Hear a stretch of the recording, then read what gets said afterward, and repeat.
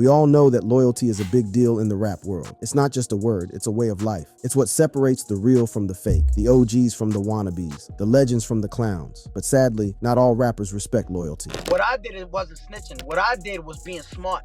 Some of them are willing to betray their affiliates for selfish reasons, such as money, fame, ego, or fear. Well, in this video, I'm going to give you some examples of rappers who betrayed their affiliates after becoming famous. Offset. It looks like the Migos might have some explaining to do, pun intended. Since they burst onto the scene in 2008, fans have been loving their music. These guys are all about trap music with a bit of mumble rap mixed in, and that combo has really shaken up the music world and won over a big fan following. But the big surprise hit when we found out that the Migos were splitting up. Instead of the trio we knew, Offset's going solo, while Quavo and Takeoff team up as a duo. Pretty unexpected, right? People are still pretty shocked about the whole Migos breakup news, especially with Takeoff's recent passing in mind. Folks can't stop talking about it. Everyone's got their own ideas about why Offset, Quavo, and Takeoff went their separate ways.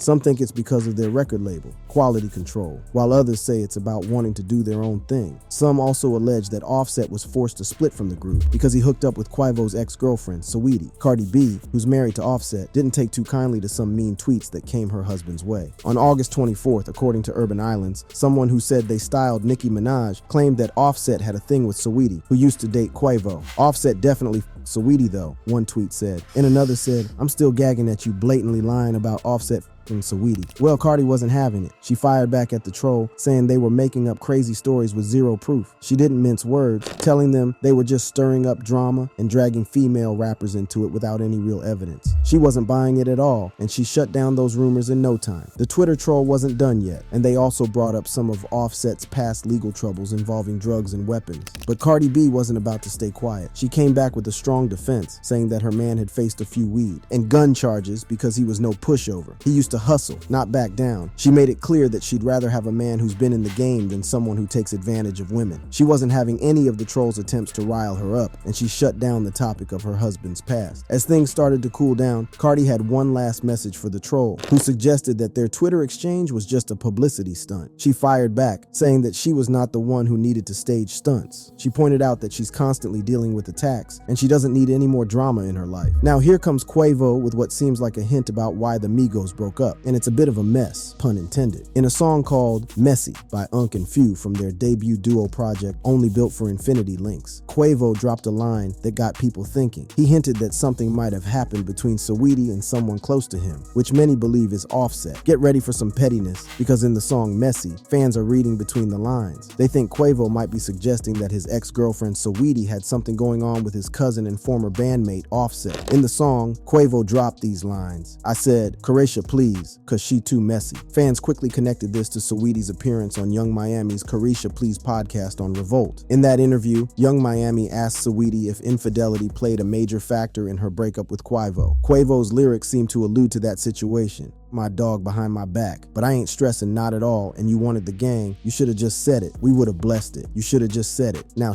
got messy. And that's when the rumor mill went into overdrive. People on social media couldn't help but speculate that Saweetie and Offset might have been involved romantically. Some fans pointed out how Quavo had previously accused Offset of not being loyal, and now these lyrics seem to be adding fuel to the fire. On the other hand, there were those who believed Quavo might just be using the rumors to create buzz around their music. In Revolt TV's Big Facts podcast, Quavo talked about important stuff like family, loyalty, and sticking together. He explained that they had hoped for a long-lasting career as a duo, driven by their upbringing, which taught them about unity. However, he acknowledged that sometimes things don't work out, and it's okay if that's the case. Sadly, Takeoff, one of the trio members, lost his life on November 1st, 2022, after being shot outside a private party in Houston, Texas. This tragedy shook up the hip-hop community and left fans grieving for his passing and remembering his contributions. Offset and Quavo took to social media to express their sorrow and love for their cousin and fellow bandmate. They made a commitment to keep making music in his memory and honor. YNW Melly. When YNW Melly, a rising rapper from Florida, lost two of his close friends in October, he poured his heart out on Instagram.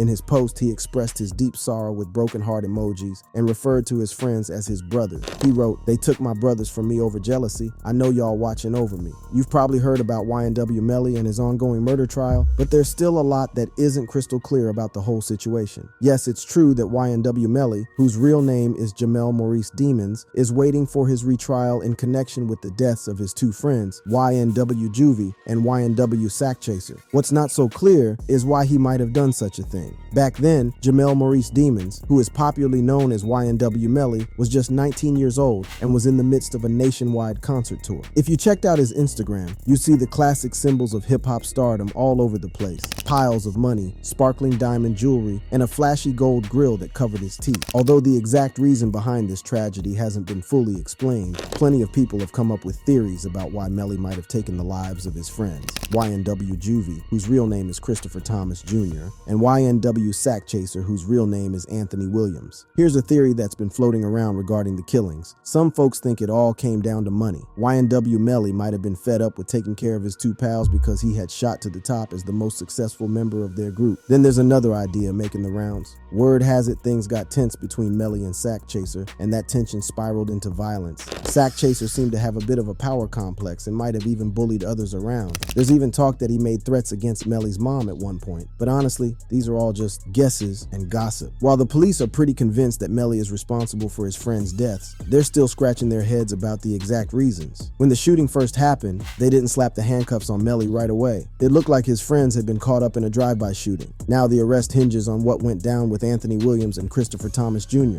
both from Vero Beach, Florida. According to the Miramar Police, on October 26th at 4:35 a.m., Cortland Henry, also known as YNW Bortland, drove up to Memorial Miramar Hospital with both guys in the car. They had been hit by multiple gunshots, and sadly, the hospital staff declared them dead. Caught on surveillance camera, a video recording captured the scene as Melly and his buddies exited the studio following a late-night session. According to Henry's account to the police, he, along with the two victims, had just finished up a studio session that went into the wee hours of the night. As he was driving away from the freeway, a car pulled up on his side and gunfire erupted. The chilling incident resulted in 8 bullet holes on the car's right side, where Williams and Thomas Jr. were seated. Thankfully, Henry managed to escape unscathed. Here's the twist. It took several months for the truth to emerge. The initial belief that the shooting was a drive-by turned out to be a setup. Law enforcement discovered a shell casing inside Henry's vehicle and 8 matching casings in another location. This led them to believe that Melly and Henry had shot the car themselves to create the illusion of a drive-by. Interestingly, investigators also determined that the first shot came from inside the car's left rear passenger side, where Melly had been sitting. It doesn't stop there. The police alleged that Melly and Henry drove around with the bodies of the victims for a while after the shooting before eventually heading to the hospital. In a twist of events, Henry later disclosed to the police that Melly had indeed been in the same car as them initially, but later switched to another vehicle. Following Melly's arrest, he took to Instagram to deny the accusations against him. Although the post has been deleted, he wrote, "Unfortunately, a lot of rumors and lies are being said, but no worries, God is with me." Over time, the police shared more info about their investigation, and this included phone records that appeared to show Melly was present when the murders took place. Further reports from the crime scene and autopsy details seemed to back up the notion that both victims were shot from within the car, suggesting that the bullet holes on the car's exterior, which looked like a drive-by, were actually added later. The lyrics of Melly's song "Murder on My Mind" echoes the same sense of tragedy. The song's melodic, almost monotone flow, combined with deep bass beats, tells a vivid story of the murder, particularly in the second verse of the track. Melly has been behind bars since he voluntarily turned himself in on February 13th, 2019. He shared his decision to surrender through an Instagram post. In his post, he expressed his feelings, saying, "A couple months ago, I lost my 2 brothers by violence, and now the system want to find justice. Unfortunately, a lot of rumors and lies are being said, but no worries, God is with me and my brother." As his trial got underway, Melly's Instagram account encouraged people to stream the proceedings on Law and Crime and requested prayers. The rapper YNW Melly is staring down the possibility of the death penalty if he's found guilty of the double murder of his 2 friends. The state of Florida made it clear on a Monday that they're pushing for capital punishment. Prosecutors believe they can show beyond a reasonable doubt that Melly was responsible for his best friend's deaths. On July 22, 2023, YNW Melly's murder trial concluded with a mistrial, as the jurors couldn't agree on a unanimous verdict. He remains incarcerated, waiting for his retrial scheduled for October 2023. Dr. Dre. If money matters aren't on the level, Dre's not sticking around. Dr. Dre holds a major spot in hip-hop history, making some of the coolest albums and artists ever. But before he hit billionaire status and became a household name, he was part of N.W.A, a group that changed the game for gangsta rap and West Coast hip-hop in the late 80s. Now, N.W.A might sound old school to today's young rap fans, but they were the OGs who paved the way for pretty much everyone who followed. Back in the day, they were the trailblazers. N.W.A got its start thanks to Eazy-E, who went from dealing drugs to starting his own label, Ruthless Records, with a hand from manager Jerry Heller. Eazy-E brought in Dr. Dre, who was already part of the world-class Wrecking Crew, and Ice Cube, repping from the rap group CIA Crew in Action, to create tunes for the label. Their first album, Straight Outta Compton, dropped in 1988 and blew up big time. It sold over 3 million copies and got serious props for its raw, edgy lyrics that took on police issues, racism, and city violence. They even came out with the hit, The Police, which caught the FBI's eye. Those guys actually sent a pretty scary letter to the record distributor, Priority Records. N.W.A earned the nickname the world's most dangerous group and snagged a solid fan base all across the country. Behind the scenes, things were getting pretty messy among the crew and the label. Dr. Dre and Ice Cube felt like they weren't getting a fair shake when it came to their pay. They believed that Heller was using them and showing a lot of love to Eazy-E. Dre explained in an interview with Vibe back in 1996, he played the divide and conquer game. He picked one niggas to take care of instead of taking care of everybody, and that was easy. And Eazy was just like, well, I'm taken care of, so f it. MC Ren, another N.W.A member, said they were stuck in regular apartments while Heller and Eazy-E were chilling in big mansions. Ice Cube even said Heller did some shady stuff, not giving him what he was owed, and Eazy-E handed over his music rights to Heller without even asking him. In '89, Ice Cube bailed out from N.W.A and Ruthless Records, saying no to an unfair contract. He went solo and dropped some tracks dissing his former crew. Dr. Dre hung in there with N.W.A for one more year, producing their second album, For Life, which rocked the charts in '91. But he was more and more unhappy with Heller's management and Eazy-E's grip on the label. He wanted to do his thing, have more say in his music, and collaborate with other artists beyond Ruthless Records like Snoop Dogg, who he had discovered. In 1991, Dre met Suge Knight, a dude with street smarts and music connections. Suge said he'd help Dre break free from Ruthless Records and create his own label. Some say Suge used not-so-nice tactics to make Heller and Eazy-E let Dre go, like threats and rough stuff. When Eazy-E wouldn't let go of Dr. Dre and the Doc, Suge Knight took it to the next level. He told Eazy-E he had kidnapped Jerry Heller and was keeping him locked in a van. But even that didn't sway Eazy-E, so Suge Knight took it a step further and got personal. He handed Eazy-E a piece of paper with Eazy's mom's address, telling him, "I know where your mama stays." Finally, Eazy-E gave in, signing the papers to let Dr. Dre and the Doc go. And that was the end of N.W.A as per Jerry Heller, who co-founded Ruthless Records. Suge tried to destroy my record company with the help of others. Dre. So right now we're getting everything back together and we finna come out, fully loaded. Eazy-E wanted to kill Suge Knight. In 2013, Heller let it slip during a radio chat that Eazy was actually thinking about taking out Knight, and he even admitted he should have let Eazy-E go through with it. On the flip side, Dr. Dre later said he left Ruthless Records with nothing but his reputation. Then, in 1991, Dr. Dre and Suge Knight kicked off Death Row Records. Dre was the music mastermind, while Knight took on the role of CEO. That move turned Death Row into a massive hip-hop label, launching stars like Snoop Dogg, Tupac Shakur, and more. Dre's debut solo album, The Chronic, dropped in '92 and still stands as one of the all-time greats. This album gave birth to the G-Funk style, which mashed up funk samples, heavy bass lines, and synths. It even had some diss tracks aimed at Eazy-E where Dre didn't hold back, like Funk with Dre Day, The Chronic intro. Eazy-E didn't just sit around though. He hit back with his own diss tracks like Real G's and It's On. Those tracks called out Dre for being a fake tough guy and a traitor. Eazy also dug up old pics of Dre rocking lacy outfits and makeup back when he was part of the electro-hop world-class Wrecking Crew. This back and forth between Dre and Eazy-E sparked a nasty feud between their labels, Death Row Records and Ruthless Records. We're talking about shootings, beatdowns, thefts, and threats. And this beef also played a part in the whole East Coast to West Coast hip-hop battle involving Bad Boy Records and Death Row Records in the mid-90s. Sadly, Eazy-E's story came to to a tragic end in 1995 due to complications from AIDS. It seems like they kind of sorted things out just before Eazy-E passed. In a 2015 interview with The Hollywood Reporter, Ice Cube mentioned that he met up with Eazy a few months before he passed, and they talked about reuniting. During that time, their feud was simmering down, while Dre and Eazy-E were still at odds. Ice Cube said, "If you can get Dre to do it, I'm ready." And Dre added, "We'd likely be working together right now." Dr. Dre and Ice Cube made sure to show some love to Eazy-E in their tracks, letting their regret for past fights shine through. Dr. Dre even said he wished he would have teamed up with Eazy-E again, believing they could have done something incredible in a chat. Before Straight Outta Compton hit the screens in 2015, Ice Cube opened up about how tough it was filming the part where Eazy-E's final moments were portrayed. He mentioned how the hospital scene really hit hard, saying, "It was rough shooting a couple of scenes. The whole hospital scene with Eazy was rough." He even shared that he shed a few tears during filming. In '96, Dr. Dre and Suge Knight's bond soured, and Dre said goodbye to Death Row Records. They butted heads about money and creative stuff. Dre got into a legal tiff, saying Death Row owed him a whopping $3 million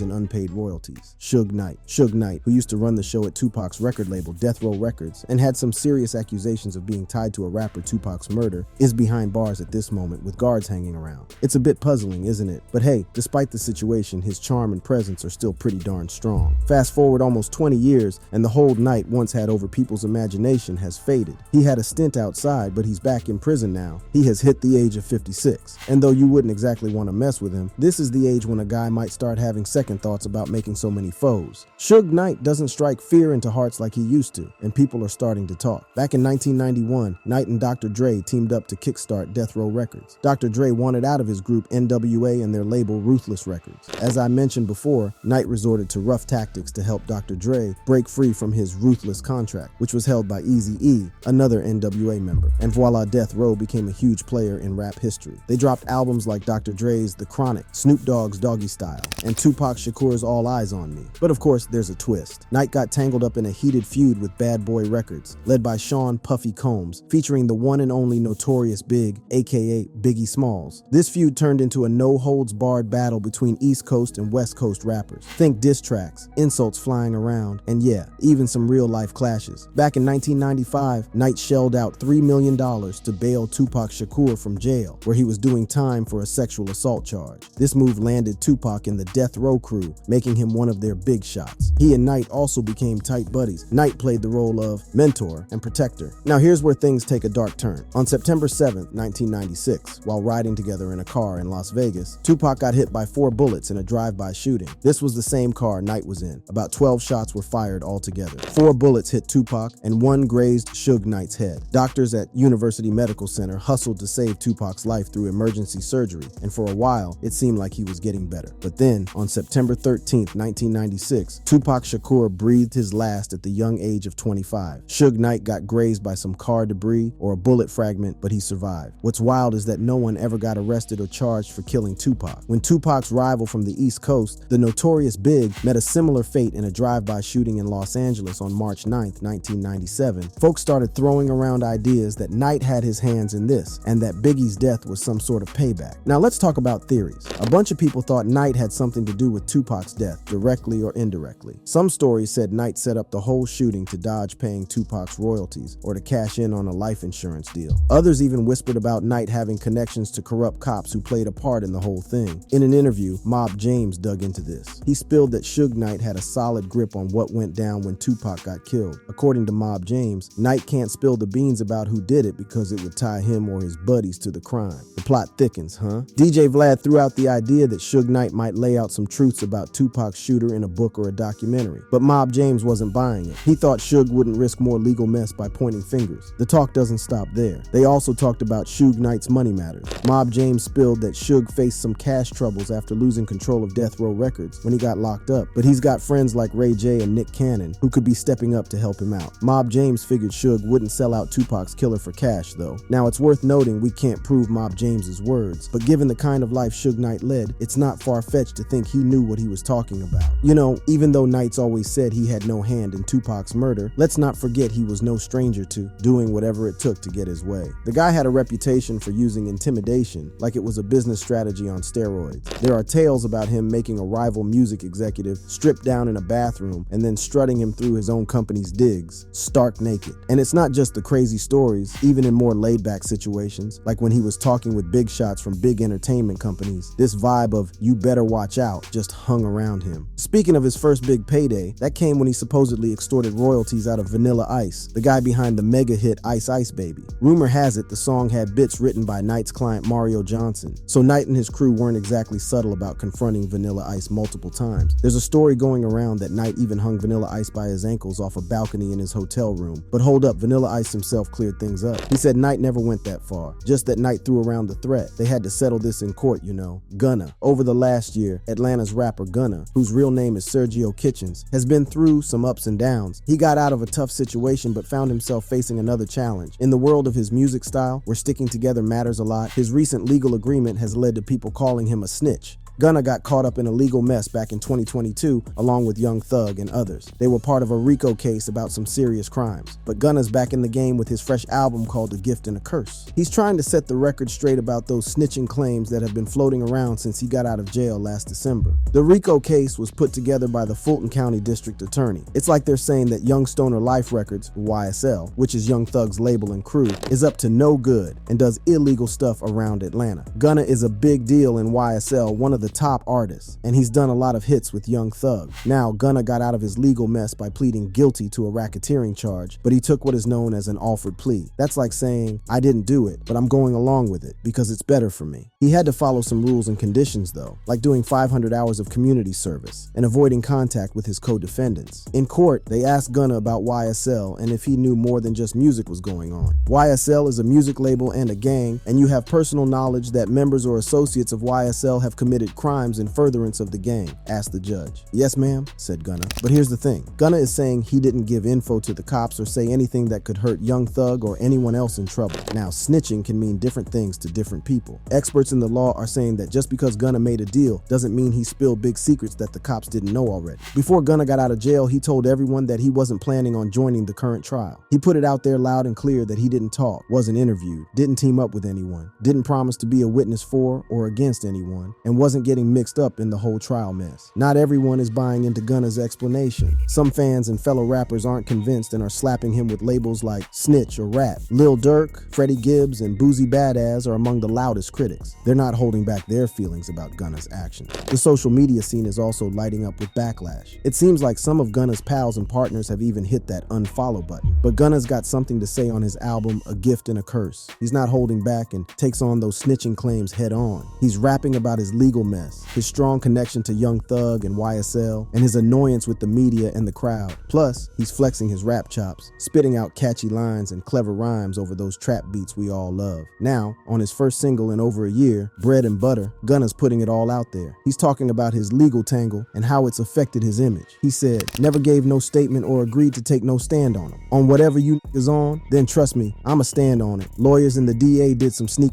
shit, I fell for it on my P's and Q's because this time I be prepared for it. Then there's Rodeo Doctor. On that track, Gunna's saying he's been going up to the folks who've been calling him out for snitching, though it's not super clear who exactly he's talking about. He's spitting out lines like, I know you heard I've been pulling up pressing these niggas who claiming I ratted Slash and been all on the yacht with my shirt off, look at it, my whole body tatted. Gunna's got a lot of love for Young Thug, and he's making sure everyone knows it on this album. He's calling Young Thug his brother and his mentor. And guess what? He had a recent chat with Young Thug over the phone. Young Thug's advice? Block out the lies and focus on making music. Young Thug's pretty sure he's going to come out on top of this legal situation and come back even stronger. A Gift and a Curse is Gunna's first solo album since Drip or Drown 2 inches back in 2019. Now here's the twist. There are no other artists making guest appearances on this album. In today's rap world, that's a bit uncommon. Some fans have been guessing that Gunna's been kind of pushed to the side by the industry because of those snitching claims, but Gunna's got a different story. He wanted this album to be all about him, showing off his own style and thoughts. As for what people think about the album, it's been a mixed bag. Some folks are giving Gunna props for being real and brave about facing those snitching rumors head on. Others, though, are saying he's coming off as defensive and not willing to say sorry. 6ix9ine. Back in 2017, 6ix9ine dropped his big hit Gummo, and it landed at #1 number 12 on the Billboard Hot 100 chart. The song was cooked up by Pierre Bourne and had 6ix9ine rapping on a strong trap beat. And the music video, well, that showcased his unique style, you know, with his rainbow hair, tattoos, and grills. The video even had some of the 9 Trey Gangsta Bloods, the street gang he was hanging with. Speaking of gangs, 6ix9ine was part of the 9 Trey Gangsta Bloods, the same crew that Young Thug was supposedly linked to. Back in 2018, he got arrested for some serious charges: racketeering, guns, and drugs. He was staring down a hefty sentence, like almost 47 years behind bars or even life. But here's the twist. Instead of doing time, he decided to work with the prosecutors. He spilled the beans on his old gang, revealing all the dirty details. He spilled all the details about their crimes, how the gang worked, who was involved, everything. He even pointed fingers at other rappers like Jim Jones, his ex-manager Kafano Shotty Jordan, rapper Mel Matrix, and Cardi B, saying they were in on it too. Turns out, he joined the gang just to boost his street cred and look tough. He admitted to paying them to do shootings and robberies to boost his rep. It was all about crafting an image and getting popular. After 6ix9ine spilled the beans and joined forces with the law, he got off a bit easy, a 2-year prison sentence. But he had already done 13 months, so it wasn't too bad. Plus, he got 5 years of supervised release, 300 hours of community service, and a $35,000 fine. Thanks to COVID-19, he was released early in April 2020 and was allowed to finish the rest of his time at home. The judge was all about his cooperation, but wasn't thrilled about his gang stuff. The judge said 6ix9ine's testimony was courageous, but not without its risks. He also pointed out that 6ix9ine's fame made him an easy target for attacks. But here's the twist. His sharing of secrets had a big cost. A bunch of fans, peers, and critics lost their respect and trust in him. They tossed around names like rat, traitor, and coward. In a video that TMZ posted, 6ix9ine had something to say. He claimed he wasn't snitching on anyone, but rather being clever. What I did wasn't snitching. What I did was being smart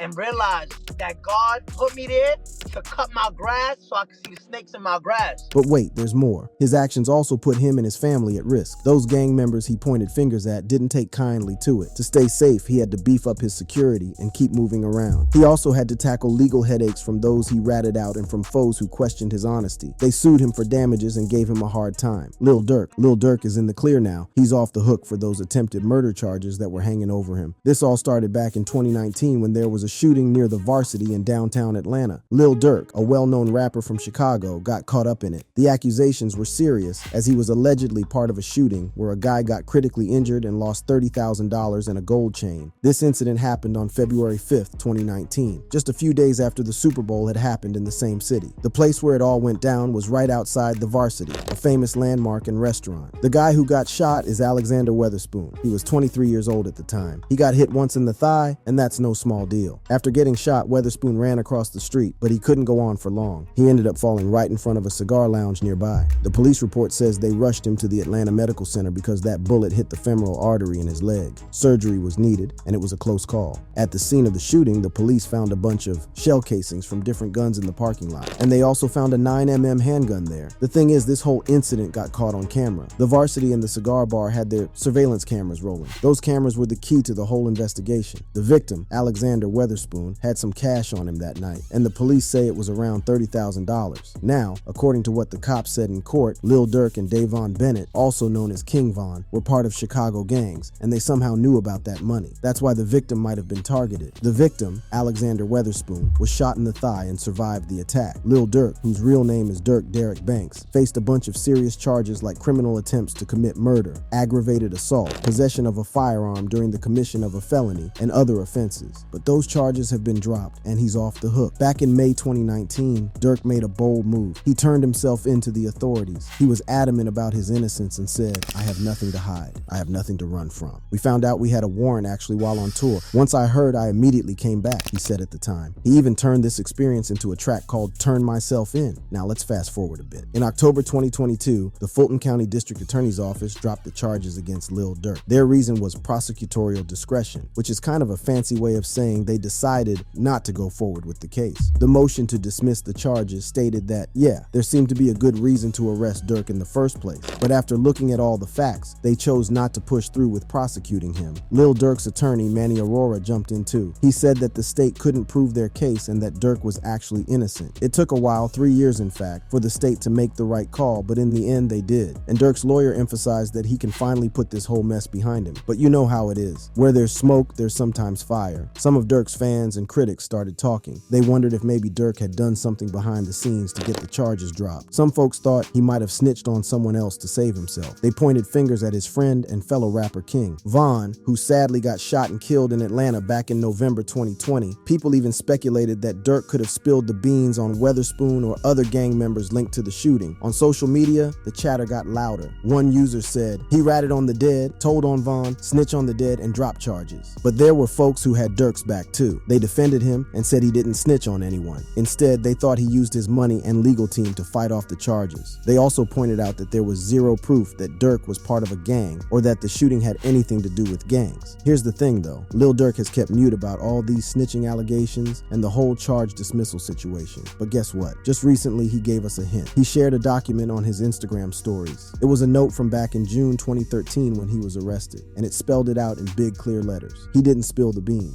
When questioned, he stood his ground and asked for a lawyer. Basically, he played it smart and didn't give anything away. So yeah, the big question's been hanging around for a while. Did Durk talk? Well, the answer is right there in front of us now. He showed that he refused to cooperate back then. He's definitely got some street smarts and knows how to handle himself in a tough spot. And that is what you call a smart move. And that's it for this video, rap fans. If you want to see similar stories about the rap world, click on one of the cards on the screen.